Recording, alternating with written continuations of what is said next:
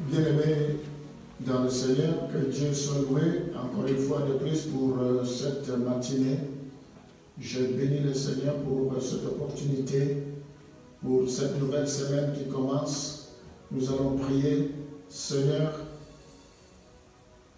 et je prie tout par celui qui me fortifie. Je te rends grâce pour cette nouvelle semaine que tu nous donnes. Je te bénis parce que nos vies sont entre tes mains. Il n'y a rien qui est caché devant toi. Tu connais notre passé, notre présent et notre futur. Merci parce que c'est toi qui combattras pour nous et tu nous donneras la victoire. Que la gloire te revienne. Bénis encore cette journée, bénis cette matinée, bénis cette semaine. Prends soin de chacun de tes enfants. Oh, cher Saint-Esprit, nous avons encore besoin de toi, que tu nous enseignes, que tu nous parles, que tu nous visites. Nous voulons te connaître encore davantage.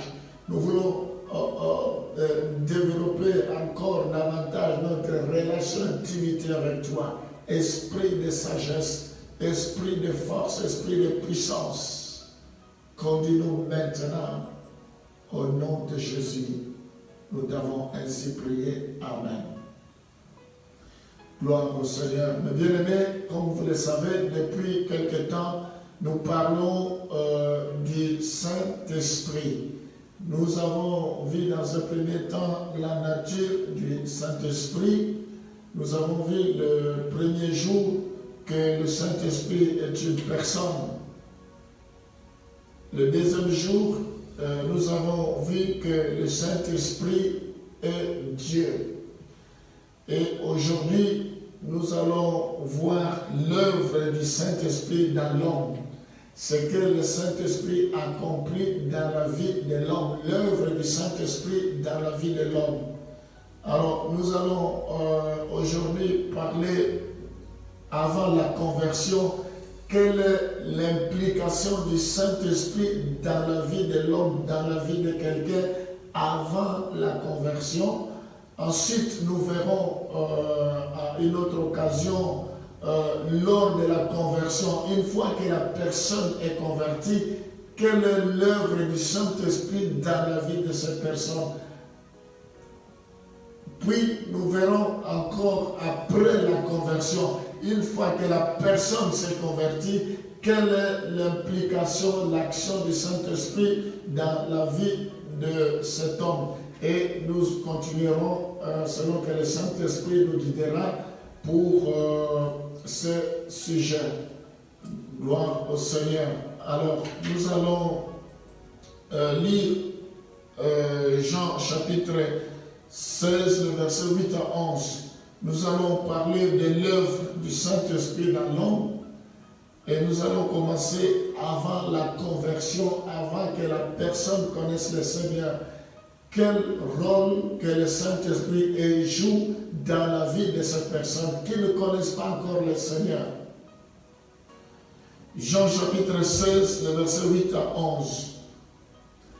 Et quand il sera venu, il convaincra le monde à ce qui concerne le péché, la justice et le jugement. En ce qui concerne le péché, parce qu'il ne croit pas en moi. La justice, parce que je vais au Père et que vous ne me verrez plus. Le jugement, parce que le prince de ce monde est jugé. Gloire au Seigneur. Nous allons revenir au verset 8 et nous allons commencer par là.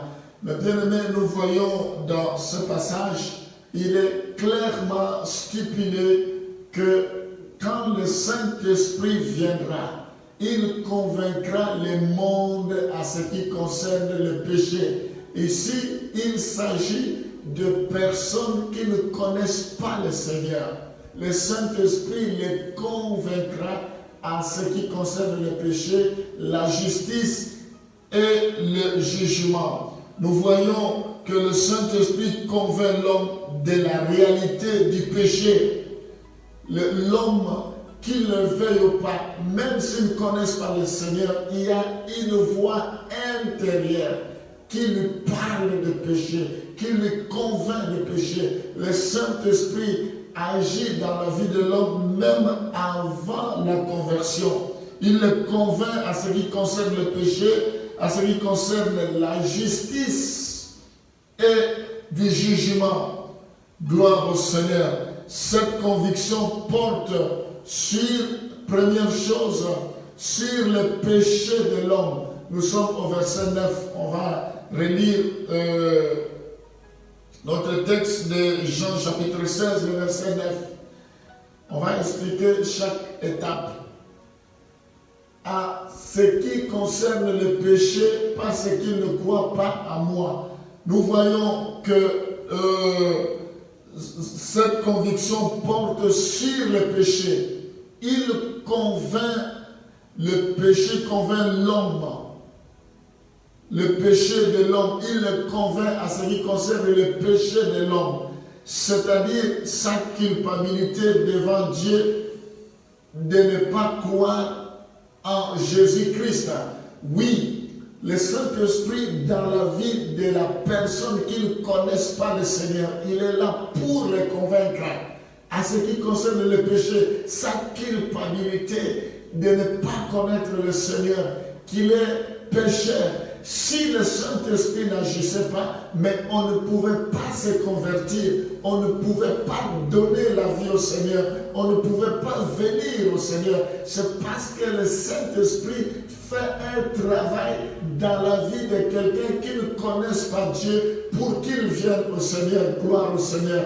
Voilà pourquoi il est important que nous puissions démontrer le travail que le Saint-Esprit fait avant la conversion. Souvent, nous demandons si notre mari va se convertir, si notre épouse va se convertir, si nos enfants vont se convertir, si les membres de nos familles vont se convertir. Ce n'est pas notre problème. Nous n'avons aucun pouvoir de les faire convertir. C'est pourquoi j'attire l'attention de nous qui sommes les enfants de Dieu, qui aimerions nous marier avec ceux qui ne connaissent pas le Seigneur sous prétexte que nous allons les amener au Seigneur. Si c'est le Seigneur qui vous dirige, gloire à Dieu, mais il ne faut jamais prendre un tel risque parce que tu ne sais pas si tu vas les convertir, si tu vas l'amener. La plupart qui ont fait ça finalement, c'est celui qui ne connaît pas le Seigneur qui les a entraînés. Mais ce n'est pas ça. Ce qui nous intéresse ici, ce qui nous intéresse, c'est que le Saint-Esprit est là pour convaincre le péché de l'homme, pour convaincre l'homme dans ce péché. C'est-à-dire sa culpabilité devant Dieu de ne pas croire en Jésus-Christ. Laisse-moi te dire, même tous ceux qui font semblant de ne pas servir le Seigneur, tous ceux qui font semblant, la Bible dit, même la nature elle-même ne vous enseigne pas. Quand ils voient tout ce qui se passe, quand ils voient les créatures, ils se disent certainement il y a un grand Dieu qui existe. Même des athées, le Saint-Esprit leur parle. Ce matin, toi qui m'écoutes, si tu n'as pas encore rencontré le Seigneur, il te parle ce matin. Il faut que tu prennes conscience que le péché, c'est une mauvaise chose. C'est comme du poison. Le péché, c'est plus que le virus Covid-19. Quand je vois comment le monde, les gens ont peur de Covid-19, ce qui est normal. Si on avait peur du péché comme ça, mais je ne sais pas ce que nous allions devenir tous aujourd'hui. Alléluia. Romains chapitre 3, le verset 23. Romains chapitre 3, le verset 23. Car tous ont péché et sont privés de la gloire de Dieu. Le Saint-Esprit est là pour convaincre les pécheurs, pour leur dire que tous ont péché et sont privés de la gloire de Dieu. En demeurant dans le péché, nous sommes privés de la gloire de Dieu. Mais bien aimé, on ne rigole pas avec le péché. On ne se moque pas avec le péché. La Bible dit un peu de levain, ça fait lever toute la pâte. Tous ont péché et sont privés de la gloire de Dieu. Quand nous demeurons dans le péché, nous sommes privés de la gloire de Dieu. Quand on est privé de la gloire de Dieu, imaginez qu'est-ce qui en reste encore. Si le ciel est fermé, si le ciel est bloqué à cause de nos péchés, la Bible dit, celui qui cache ses transgressions, ce péché ne prospère point. Celui qui les avoue, les délaisse et obtiendra miséricorde. Nous ne devons pas cacher nos péchés. Nous devons venir à lui, toi qui m'écoutes ce matin, répands-toi, le Seigneur te tend la main ce matin. Son esprit te parle au travers de cette prédication que le salaire du péché c'est la mort. Prends la décision d'abandonner le concubinage, d'abandonner le péché, parce que le salaire du péché c'est la mort. Mais le don gratuit de Dieu, c'est la vie éternelle. Gloire au Seigneur. Alléluia. Ça, c'est le premier point. Le Saint-Esprit nous convainc à ce qui concerne le péché de l'homme. Deuxième chose, nous convainc, on est dans Jean chapitre 16, le verset 9. Là, on continue au verset 10.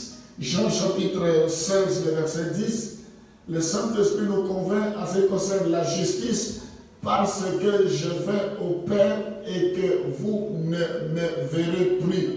Gloire au Seigneur. Le Saint-Esprit convainc ceux qui ne connaissent pas le Seigneur concernant la justice de Christ, c'est-à-dire la perfection de Christ. Ça convainc que Jésus-Christ seul peut nous amener à la perfection. Jésus-Christ a tout accompli, lui seul. En vertu de sa justice, son œuvre est agréée par Dieu. Ce que Jésus a accompli sur la croix est agréé par Dieu. Il y a une satisfaction de son Père à cause de ce qu'il a accompli sur la croix, puisqu'il a pu aller auprès du Père. Donc il y avait satisfaction, c'est comme ça qu'il est retourné auprès de son Père et sauve les croyants. Alléluia. Donc Jésus-Christ nous convainc en ce qui concerne la justice parce que son œuvre est arrivée à la perfection. Son œuvre a été achevée. Voilà pourquoi son Père a trouvé approbation et c'est comme ça qu'il est retourné auprès de son Père. Nous allons lire 1 Pierre chapitre 3, le verset 18. Donc l'œuvre de la croix sauve les croyants.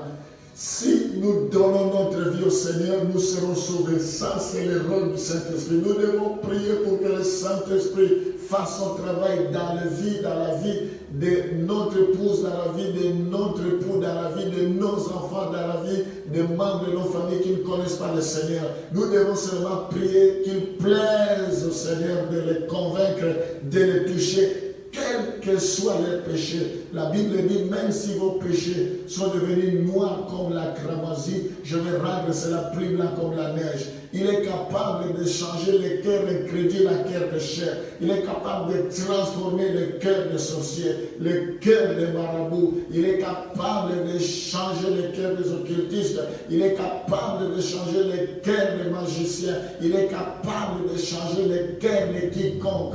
Nous ne devons pas nous moquer de qui que ce soit. La Bible dit, les prostituées nous dévanceront dans le royaume des cieux. Aujourd'hui, ils sont prostituées. Vous ne savez pas ce que Dieu lui a réservé demain. Vous ne savez pas le lendemain ce que cela lui réserve. Elle peut se convertir et donner sa vie au Seigneur. Aujourd'hui, il est lesbienne, ou il est homosexuel, ou il est... Mais demain, vous ne savez pas. Donc, nous devons prier pour eux, les recommander entre les mains du Seigneur. Nous respectons leur appartenance, mais nous prions pour que Dieu que nous servons puisse aussi le visiter, mes bien-aimés. Je crois que si Dieu le visite, nous allons le compter parmi nous. Voilà ce que le Saint-Esprit est capable de faire. Nous allons lire 1 Pierre chapitre 3, le verset 18.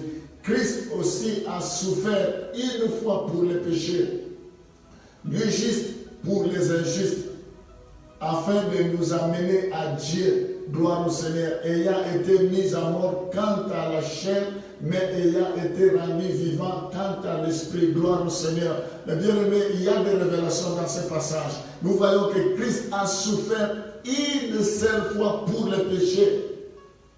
Lui juste pour les injustes. Il a souffert pour les païens. Il a souffert pour les injustes.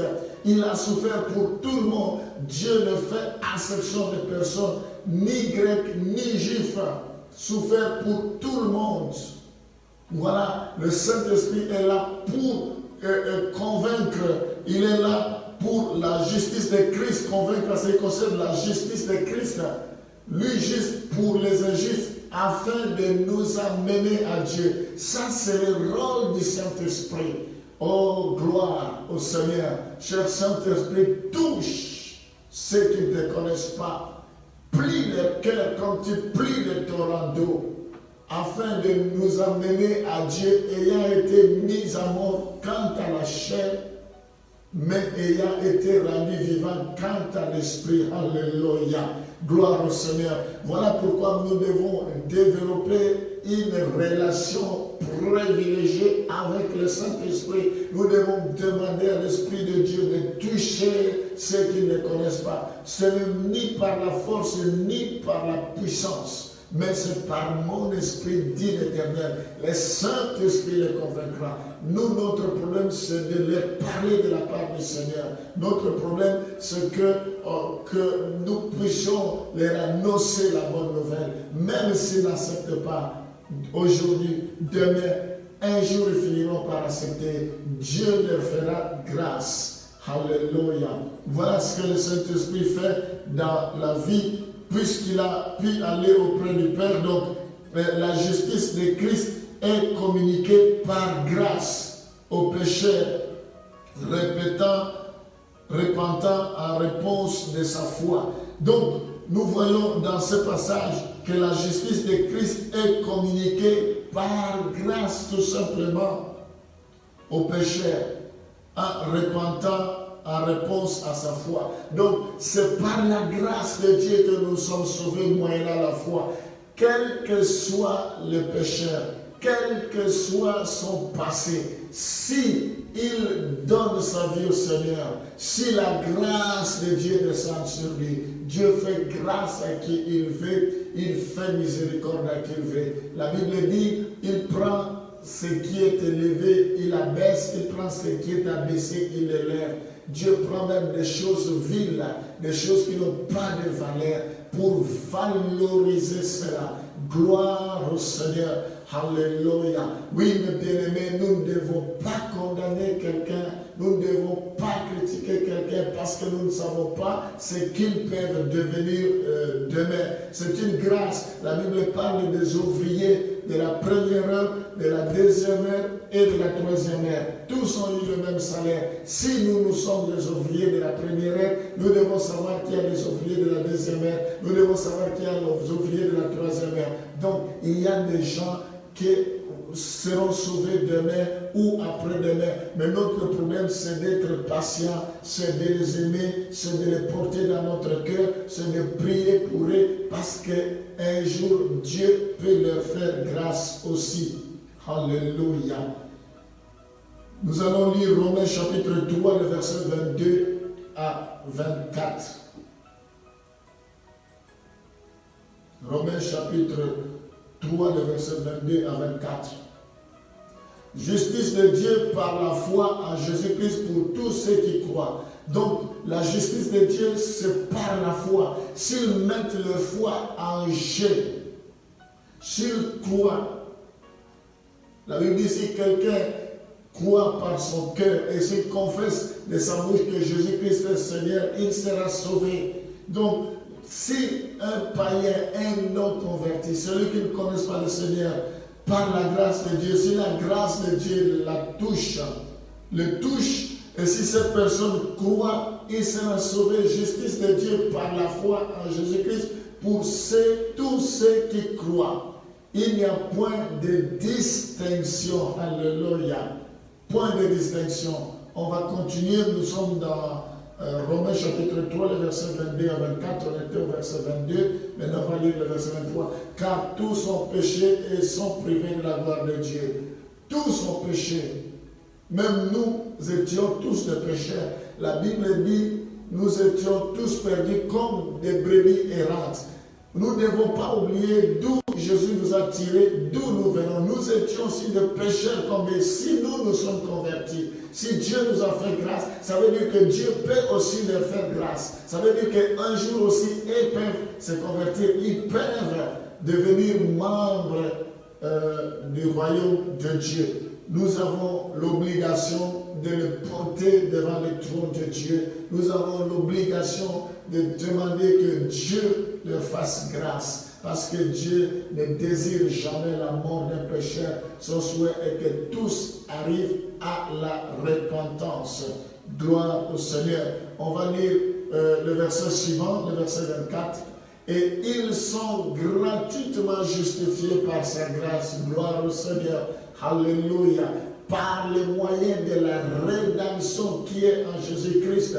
Oui, les païens sont gratuitement justifiés par la grâce de Dieu. S'ils se répandent, s'ils croient, s'ils donnent sa vie au Seigneur, ils sont justifiés. Nous sommes justifiés. Oui, mes bien-aimés, c'est le rôle du Saint-Esprit avant la conversion. C'est ce que le Saint-Esprit fait dans le cœur.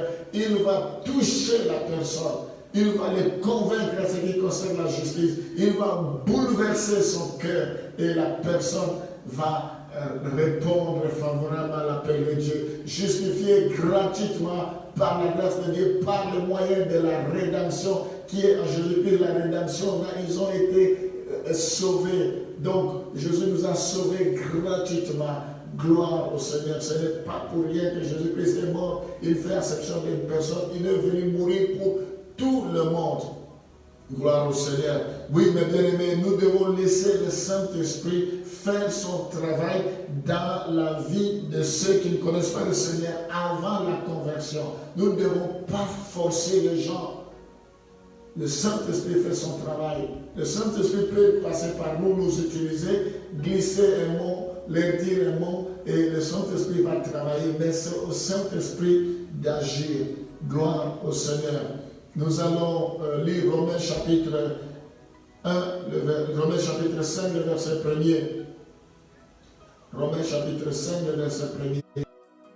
Étant donc justifiés par la foi, nous avons la paix avec. La Bible dit, nous avons la paix avec Dieu par notre Seigneur Jésus. Gloire au Seigneur. Nous avons la paix par notre Seigneur Jésus-Christ. Nous avons été justifiés par la foi.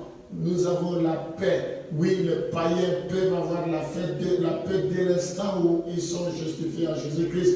Oui, mes bien-aimés, nous qui sommes déjà en Jésus-Christ, nous devons avoir la paix. Nous devons, Jésus a dit, je vous laisse ma paix. Jésus-Christ aurait pu laisser je ne sais pas quoi pour les apôtres, mais il a vu qu'il fallait qu'ils aient la paix parce que la paix, c'est le signe de l'exaucement. La paix, c'est notre Dieu, il est le prince des pères, Jésus, gloire au Seigneur. Nous devons avoir la paix, ne nous inquiétons de rien.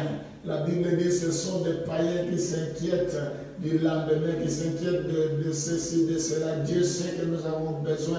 Le lendemain prendra soin de lui-même. Nous ne devons pas nous inquiéter. Gloire au Seigneur, c'est un Dieu de paix.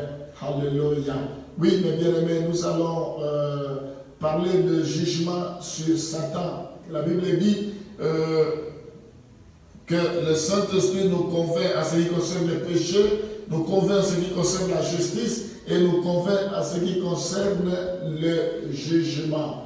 Au verset 11, nous sommes dans Jean chapitre 16, le verset 11. Le jugement parce que le prince de ces mondes est jugé. Gloire au Seigneur. Nous voyons le jugement sur Satan et sur le mal. Le Saint-Esprit est là pour nous convaincre concernant le jugement sur Satan. Satan, il sera jugé. Et sur le mal. C'est-à-dire quoi? C'est-à-dire la condamnation de Satan par la victoire de Christ à la croix. Tous les jours, le Saint-Esprit est là pour attester la condamnation de Satan par la victoire de Christ à la croix. Pour ceux qui ne le connaissent pas, le Saint-Esprit est là pour attester, pour le convaincre, pour leur montrer la condamnation de Satan, comment Satan a été condamné, comment Satan a été vaincu. Lui qui croyait vaincre Jésus-Christ alors qu'il a commis une erreur grave d'amener Jésus-Christ sur la croix de Golgotha. Qu'est-ce qui s'est passé au fait? Nous allons lire 1 Jean chapitre 3, le verset 8. 1 Jean chapitre 3, le verset 8. La Bible dit, celui qui pêche est du diable, car le diable pêche dès le commencement. Mais le verset qui nous intéresse, c'est la partie B maintenant. Le Fils de Dieu apparu afin de détruire les œuvres du diable. Gloire au Seigneur. Oui, le Saint-Esprit est là pour le jugement sur Satan, sur le mal, c'est-à-dire la condamnation de Satan par la victoire de Christ à la croix. Nous voyons dans ce passage que le Fils de Dieu apparu afin de détruire les œuvres du diable. Gloire au Seigneur. Les œuvres du diable doivent être détruites. La Bible dit, les ténèbres ne régnera pas à toujours. C'est aux ténèbres de fuir la lumière, ce n'est pas la lumière de fuir les ténèbres. Oui, mes bien-aimés, que le diable ne le verra pas, ses œuvres seront détruites. Que le diable ne verra pas, il a été vaincu. Que Satan ne le verra pas. Il y a de cela 2000 ans sur la croix, Jésus a dit tout est accompli. Gloire au Seigneur. Tu auras la victoire. L'ennemi va lâcher prise. Oh, mes bien-aimés, sache que Jésus nous a donné le pouvoir. Il dit, je vous ai donné le pouvoir de marcher sur les scorpions, de marcher sur les serpents, de marcher sur le royaume des ténèbres et rien ne pourra vous nuire. Toi qui n'as pas encore donné ta vie au Seigneur, si tu donnes ta vie au Seigneur, voilà la vie que tu vas mener. La vie que tu vas mener, c'est la vie de victoire sur la puissance de l'homme des ténèbres, parce que c'est Dieu qui combattra pour toi. Le Fils de Dieu a paru afin de détruire les œuvres du diable. Gloire au Seigneur. Nous devons détruire les œuvres du péché, la haine, la calomnie, l'envie, l'hypocrisie, le mensonge. Nous devons détruire cela au nom de Jésus. Nous allons continuer. On va lire Colossiens chapitre 2, le verset 17, le verset 16 plutôt, le verset 15. Colossiens chapitre 2, le verset 15, pour savoir ce qui s'est passé sur la croix. Colossiens chapitre 2, le verset 15. La Bible nous dit, il a dépouillé les dominations. Alléluia. Gloire au Seigneur. Il a dépouillé les dominations et les autorités et les a livrées publiquement en spectacle, en triomphant d'elle sur la croix. Quelle humiliation, quelle honte. Quand Jésus allait tout doucement sur la croix, tous ces esprits, il était en train de les rassembler, de les attirer. Et quand il est arrivé à Golgotha, quand il a été crucifié, c'est là où il les a dépouillés les dominations, les autorités, et les a livrés publiquement, spectacle, en triomphant d'elle par la croix. Il a dit, tout est accompli, gloire au Seigneur. Il n'y a aucune puissance de l'homme des ténèbres qui peut nuire nos vies. La Bible dit, nul ne tiendra devant toi tant que tu vivras. Celui qui est en nous, il est plus fort que celui qui est dans le monde. Avec Jésus, nous ferons des exploits. Avec lui, nous sommes plus que vainqueurs. Tiens bon, celui qui combattra pour toi, fais-lui confiance. Tu auras la victoire. Gloire au Seigneur. Nous allons lire un dernier passage pour nous arrêter par là, parce que le temps nous fait défaut. Nous sommes dans Jean chapitre 12, le verset 31. Jean chapitre 12, le verset 31. Maintenant a lieu le jugement de ce monde. Maintenant, le prince de ce monde sera jeté dehors. Alléluia. Oui, mes bien-aimés, il y aura un moment, le jugement, le diable sera jeté dehors. Le diable, il a été vaincu, il a été précipité sur la terre, mais il n'est pas encore lié. Il y a un moment où il sera lié, il y aura un deuxième temps où il sera jeté dehors dans le temps de feu et pour l'éternité. et le diable tremble. Il sait, la Bible dit, le diable rôde comme un lion rugissant, cherchant qui il dévorera. Il ne veut pas le seul. Ne lui laisse pas cette occasion. Résiste-lui et il fera loin de nous. Que Dieu soit loué. Voilà, mes bien-aimés, ce matin, nous avons vu l'œuvre du Saint-Esprit dans l'homme et précisément avant la conversion. Demain, nous verrons lors de la conversion, quand la personne est convertie, qu'est-ce que le Saint-Esprit fait. Et nous verrons à une autre séance, après la conversion, ce que le Saint-Esprit fait.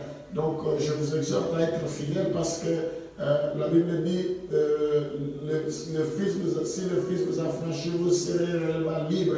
C'est la parole qui libère, c'est la parole qui affranchit. Que Dieu soit loué. Je vais prier maintenant. Seigneur, je te rends grâce pour ta parole. Qu'est-ce que c'est merveilleux de savourer, de connaître ta parole. Nous te bénissons pour ce privilège que tu nous donnes. Ce n'est pas que nous soyons capables de faire quoi que ce soit, notre capacité, notre force vient de toi. Merci parce que tu as caché ces choses aux gens de ce monde. Tu nous as révélé, nous qui sommes des enfants, Seigneur. Nous te bénissons, nous te rendons gloire parce que tu as envoyé la parole et la parole guérit. Je prie pour te recommander tous ceux qui vont m'écouter, qui ne te connaissent pas. Que leur cœur soit bouleversé, que leur cœur soit transpercé, que le cœur de chair soit transformé en cœur de pierre, que ta parole agisse dans leur cœur comme un marteau. Père, nous prions pour tous ceux qui ne te connaissent pas. Tu es mort pour eux, tu fais exception de personnes. Ceux qui ne te connaissent pas aujourd'hui, nous croyons que demain ils vont te connaître parce que tu ne désires jamais la mort d'un pécheur. Tu veux que tous arrivent à la repentance. Je prie pour ceux qui te connaissent déjà. Continue à agir dans leur vie. Utilise-les. Seigneur, opère le miracle. Ceux qui sont dans le besoin, exauce-les.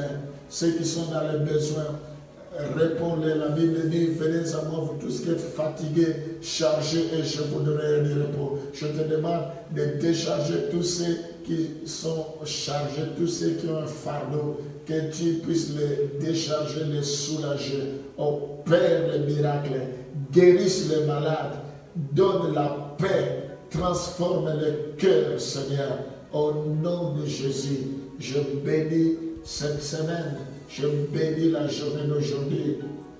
Que le bonheur et la grâce vous accompagnent tous les jours de votre vie.